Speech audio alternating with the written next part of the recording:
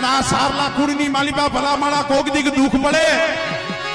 અને સારલાની જોગણીને કદાચ ધાવડીને અને ગેલને ટપોરો મારજો અને બેટા જો વહની વેળાની માલિકા આવીને ઊભી નો રીએ ને તેથી તો મારી ગેલડીને ખોજ લાગી જાય ભાઈ, ગેલડીને ખોજ લાગી જાય ભાઈ.